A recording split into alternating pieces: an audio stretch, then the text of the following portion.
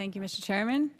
Thank you, gentlemen, for your time today and your testimony. Really appreciate it. General Holmes, wanted to follow up on the discussions on the A-10. Last cycle, you stated, or the Air Force stated, there was savings of $4.2 billion to divest in the A-10, and today you said 4.7, and then another time 4.9. Can you just confirm what the number is? Yes, ma'am, and thank you. The number is 4.7 is what we're bringing this year. 4.2 of that is O&M savings, and $500 million of it is cost avoidance on wing upgrades. Okay, great, thank you. And can you confirm that this is primarily a budget decision and not a capabilities decision? Yes, ma'am. Okay, great, thank you. And can you, just for everybody's awareness, give a rundown of a typical combat load of the F-35 standard combat load? Yes, ma'am. When the F-35 reaches its initial operation capability, it'll have the capability to carry internally 2 air-to-air weapons and 2 air-to-ground weapons.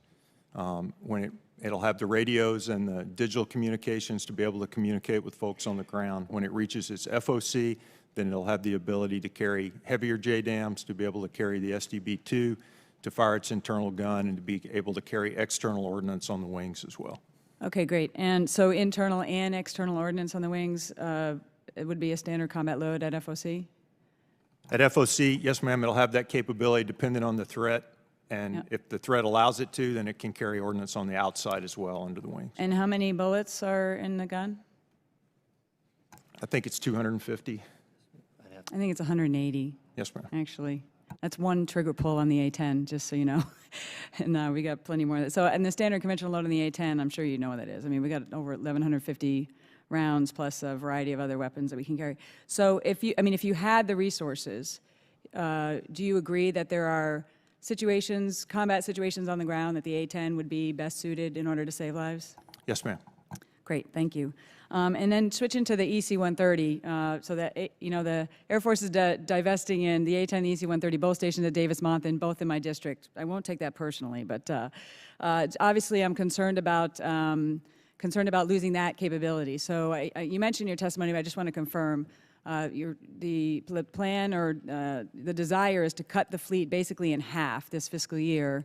But can you confirm, is there another capability in our Air Force that can do what the EC-130 does? There are areas where the EC-130's capabilities overlap with other capabilities that are there, but there are certainly things that only the EC-130 does or that the EC-130 does best. Right, and the EC-130s right now are deployed both to Afghanistan and in the fight against ISIS, correct? Yes, ma'am. Great, and so we have nothing to replace it for some unique capabilities they have. They're deployed at a pretty high rate. They've been deployed continuously for a long period of time. Yet we're going to cut that capability in half. Is there anything in development that's going to be replacing the EC-130?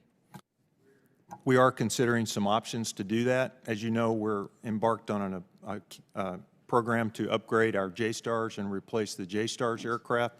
Depending on how that program goes, we think it might offer some options for a rehosting of the EC-130 electronics as well. Yep. We're looking at options where we could take the existing electronics from the EC-130 and rehost them on another platform that would offer some performance advantages and be cheaper to operate in the future. And we'll kind of see how that J-STARS program goes and then see if we're able to adapt that approach to some of our other weapon systems. Okay, thank you, sir. Do you, can you give me the number of what savings you project you would have by cutting the EC-130s in half this fiscal year? What's that number?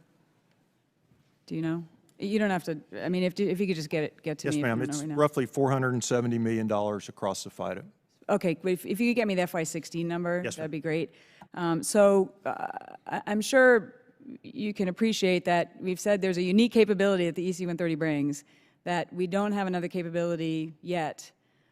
We don't have anything necessarily fully in development to replace it, yet we're cutting it in half. I mean, do you appreciate that that logic is concerning to those who want to make sure that we can protect the warfighters that are deployed? Yes, ma'am, I do. And our problem is that I don't have enough money to do all the things that I'd like to provide for warfighters. And I have to make decisions within that. There are many areas that I have limits placed on where I can go to achieve savings, particularly in capacity from Congress and from the department. And so I'm limited in the places that I can go when I have to go to capacity to save money. Okay, thank you. I yield back.